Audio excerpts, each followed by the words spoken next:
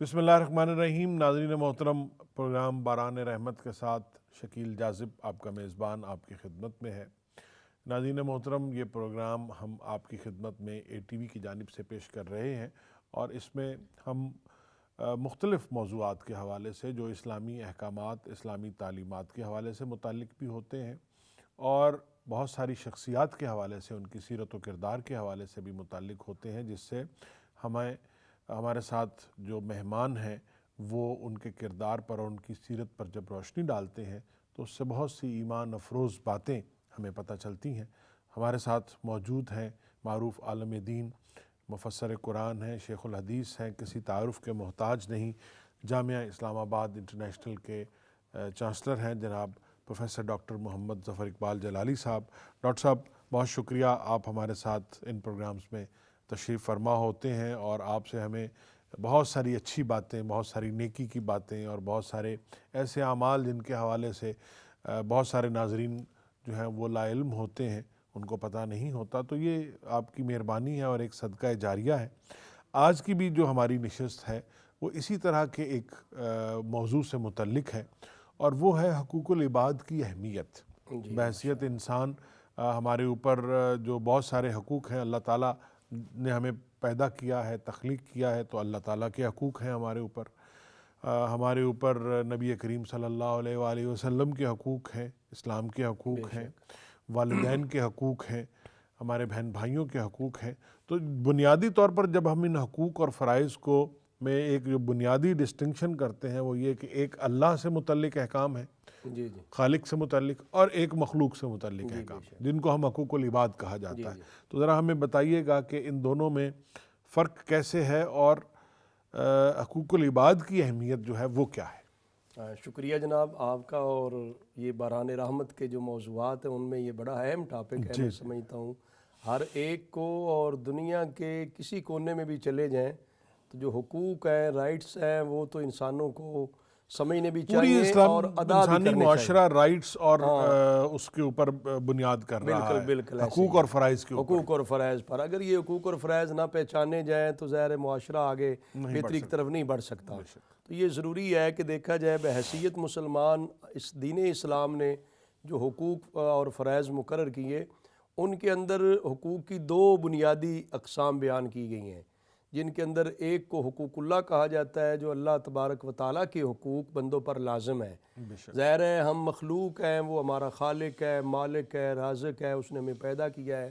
تو رب ذوالجلال کے جو ہمارے اوپر حقوق لازم آتے ہیں اس کے اندر پھر اللہ تبارک و تعالیٰ کی وحدانیت کا اقرار ہے، اللہ تعالیٰ کی ذات اور صفات پہ کامل ایمان ہے، پھر اللہ تبارک و تعالیٰ کے جو کلام پاک ہے قرآن مجید کی صورت میں، اس کا نہ صرف اقرار اور ایمان ہے بلکہ قرآن مجید کا پڑھنا، اس پہ عمل کرنا، قرآن مجید کے پھر اپنے حقوق مطلب اس طرح کے مقرر کیے گئے ہیں۔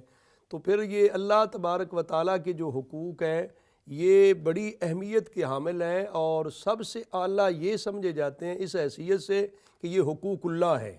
یہ جو حقوق کی نسبت اللہ تعالیٰ کی طرف ہے تو اللہ تبارک و تعالیٰ کی ذات سب سے بڑی ہے، اکبر ذات ہے، سب سے افضل و اعلیٰ ذات ہے، تو آپ کے حقوق بھی اس لحاظ سے اکبر ہے، اعلیٰ ہے، افضل ہے۔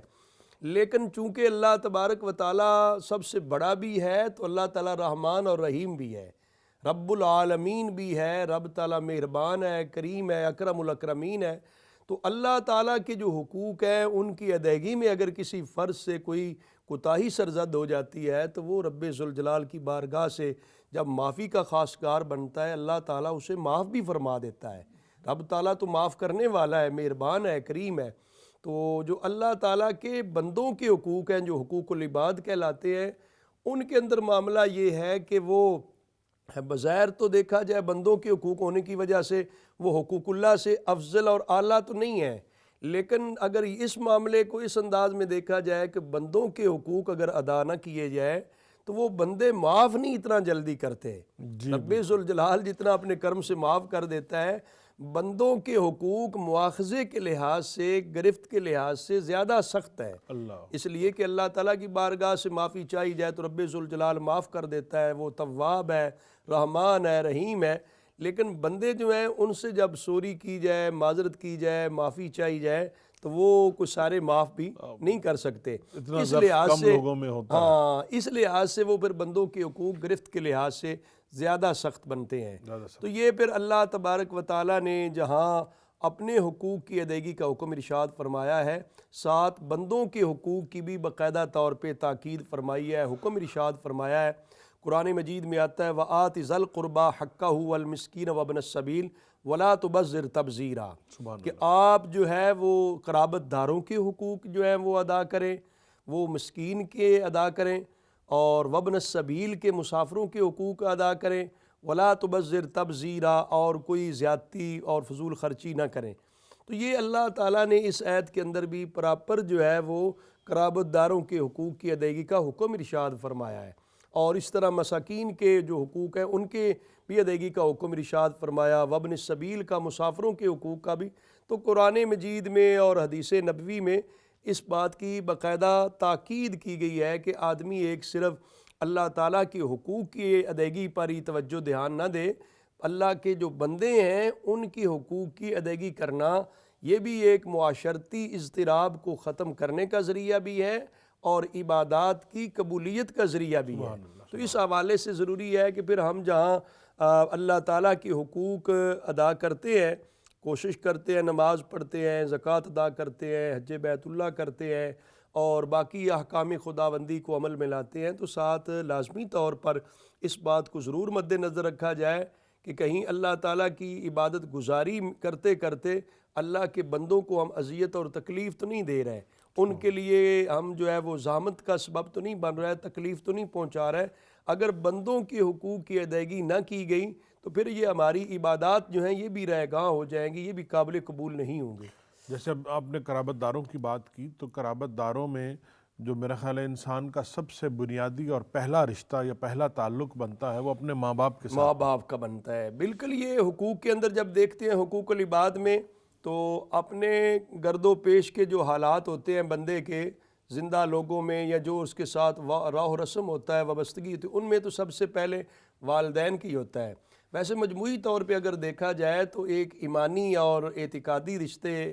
اور نظریاتی طور پہ دیکھا جائے تو بندوں کے حقوق میں پھر بہت سارے بزرگوں نے، اور حقیقت بھی وہی ہے کہ نبی کریم صلی اللہ علیہ وآلہ وسلم جو ساری کائنات میں افضل ترین ذات اور مخلوقات میں افضل ترین ذات ہے،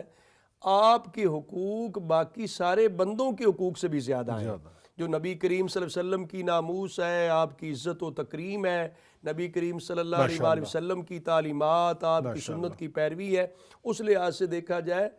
تو نبی کریم صلی اللہ علیہ وسلم کے حقوق سب سے زیادہ بنتے ہیں بندوں میں سے. اور پھر نبی کریم صلی اللہ علیہ وسلم کی آل بیت اطہار کے وہ مبارک افراد ہیں، ان کے جو احترام اور تقدس ہے، صحابہ اکرام، خلفائے راشدین، جس قدر یہ سلف صالحین سب کے حقوق بندوں پہ ہوتے ہیں. یہ آپ نے بڑی اہم بات کی، اور بڑے آج کل کے ہم حالات میں جب یہ دیکھتے ہیں کہ ایک پوری تحریک چل رہی ہے معاذ اللہ نبی کریم صلی اللہ علیہ وآلہ وسلم کی شخصیت یا ان کے کردار کے حوالے سے،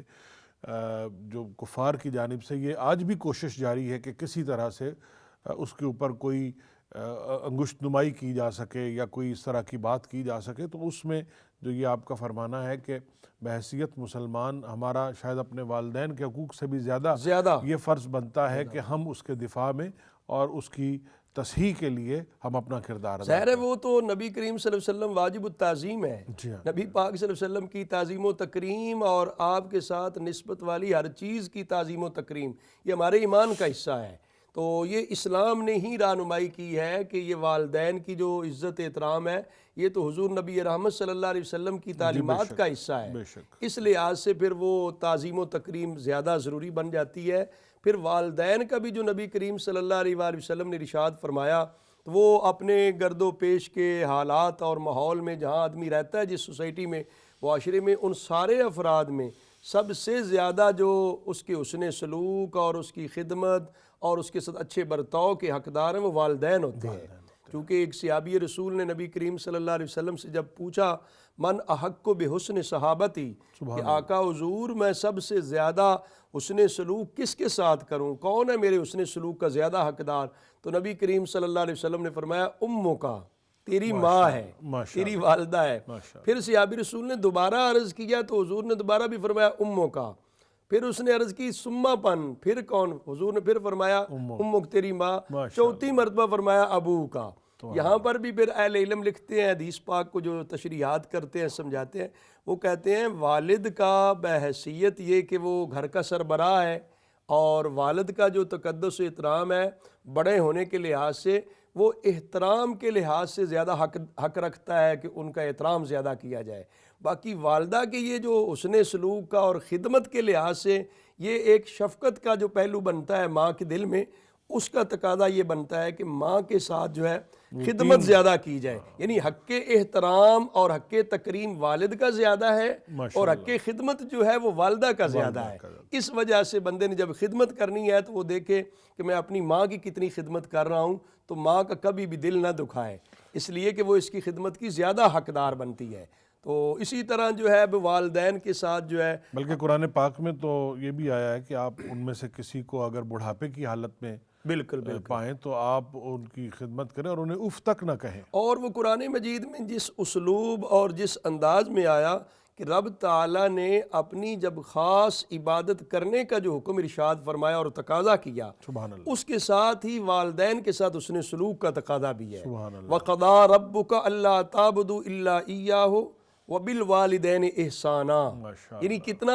اور بھی ایک مقام پر اس طرح کہ اللہ تعالیٰ نے جہاں اپنی عبادت کا تقاضا کیا ہے کہ خالص عبادت کے لائق اللہ تعالیٰ کی ذات ہے، اور صرف عبادت اللہ تعالیٰ کی کرو، ساتھ یہ بھی حکم فرمایا اپنے والدین کے ساتھ اس نے سلوک کیا جائے۔ اور اس میں پھر خاص طور پہ والدین جب بڑھاپے کو پہنچ جائیں اس وقت وہ زیادہ خدمت کے حقدار بن جاتے ہیں کہ اس وقت زیادہ ان کی خدمت کرنی چاہیے۔ خدمت کے ساتھ ان کے پھر جذبات یا احساسات جو ہیں ان کو ضرور مد نظر رکھا جائے۔ تو قرآن مجید نے اس کو کتنے پیارے انداز میں بیان فرمایا۔ ایک تو فرمایا کہ وَلَا تَقُلْ لَهُمَا أُفٍّ وَلَا تَنْهَرْهُمَا وَقُلْ لَهُمَا قَوْلًا كَرِيمًا، اللہ ان کو آپ اف تک نہ کہیں۔ کہتے ہیں کہ قرآن مجید نے اف کہا ہے، عربی زبان میں 2 حرفوں سے کم کوئی کلمہ بن نہیں سکتا، اللہ، سب سے چھوٹا کلمہ الف اور فے، فا ملا کے اف ہے، اس سے ایک حرف ہوتا ہے وہ کلمہ نہیں ہوتا۔ تو جو سب سے چھوٹا کلمہ اور بات ہو سکتی تھی عربی زبان میں، رب تعالیٰ نے وہ مثال دی، آپ نے فرمایا کہ وہ تک بھی نہ کہیں اور نہ جھڑکیں، اور ان کے لیے قول کریم، اور قول کریم اتنی نرمی اور اتنی محبت، اتنی شائستگی کے ساتھ والدین کے ساتھ پیش ہے۔ اور پھر فرمایا وَخْفِضْ لَهُمَا جَنَاحَ الذُّلِّ مِنَ الرَّحْمَةِ، اور اپنے جو ہے نا وہ رحمت کے بازو بچھا دیں ان کے آگے، ان کے لیے اس طرح بچھ جائیں اور رحمت اور نرمی کے ساتھ ان کے آگے جو وہ کہیں وہ کریں۔ اور فرمایا وَقُلْ رَبِّ ارْحَمْهُمَا كَمَا رَبَّيَانِي صَغِيرًا، یہاں پر بھی بڑی پیارا انداز ہے قرآن مجید میں، رب تعالیٰ نے فرمایا ایک طرح کی دعا بھی مرحمت اس طرح کی دعا، رب ارحمہما، اے میرے رب ان والدین کو، میرے ماں باپ پہ رحم فرما جیسا کہ انہوں نے بچپن میں مجھے پالا ہے۔ اس سے والدین کو بھی چاہیے کہ بچپن میں پھر بچوں کی اچھی تربیت کریں، اچھی پرورش کریں، بچے کے ذہن میں جو نقش ہوگا وہی وہ بچہ وہی اسی کو دیکھ کر وہ دعا بھی پھر کرے گا۔ اور پھر دین اسلام نے جہاں اس طرح والدین کا فرمایا، اس میں ایک صحابی نے تو پوچھا تو آپ نے فرمایا انت ومالک لابیک، ماشاءاللہ، تو بھی تیرا مال بھی باپ کا ہے۔ ناظرین محترم، حقوق العباد کے حوالے سے گفتگو جاری ہے۔ پروفیسر ڈاکٹر محمد ظفر اقبال جلالی صاحب ہمارے ساتھ تشریف فرما ہے۔ ایک چھوٹے سے وقفے کے بعد ہم آپ کی خدمت میں دوبارہ حاضر ہوتے ہیں، ہمارے ساتھ رہیے گا۔